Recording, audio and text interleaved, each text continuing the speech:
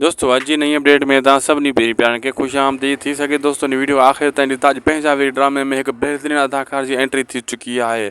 जे इहा अपडेट तव्हां न ॾिठी सम्झो तव्हां कुझु न ॾिठो। हीउ बहितरीनु अदाकार, तव्हांजो फेवरेट अदाकार, तव्हांजो पसंदीदा अदाकार, जंहिंजो नालो मां ॿुधाइण वारो आहियां हिन नंढिड़े वीडियो में। हलूं था अपडेट जी तरफ़। तव्हांजो घणो टाइम न वठंदासीं। सभिनी दोस्तनि खे अर्ज़ु कंदुसि त शाहिद खोसो व्लॉग यूट्यूब चैनल खे ज़रूरु सब्सक्राइब, लाइक, शेयर करे छॾींदा।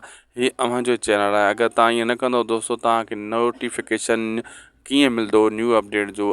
बेल आइकन खे बि आल ते करे छॾींदा, यानी इहा घंटी आहे जेकॾहिं की आल ते ऑप्शन ते करे छॾींदा, जी हर अपडेट बर वक़्तु तव्हांखे मिलंदी रहे। फेसबुक ते बि शेयर करे छॾींदा।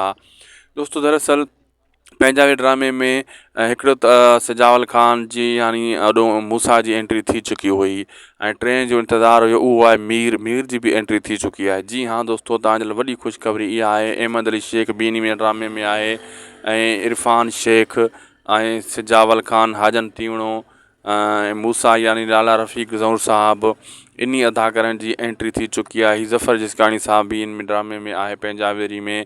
ऐं सभई अदाकार हाणे बहितरीनु अदाकारी करण वारा आहिनि। लॻभॻि तकरार ड्रामे में जेका अदाकार हुया उहे हिन में एड कया विया आहिनि। तव्हांजा लगातार इहे कॉमेंट अचनि पिया, यार मूसा, मीर ऐं सिजावल जेको जोड़ हुयो इन्हनि जो तकरार में, हिते बि ईअं हुजणु घुरिजे। ईअं ई थियो आहे, ईअं ई थींदो। दोस्तों ख़ुशख़बरी तव्हांजी।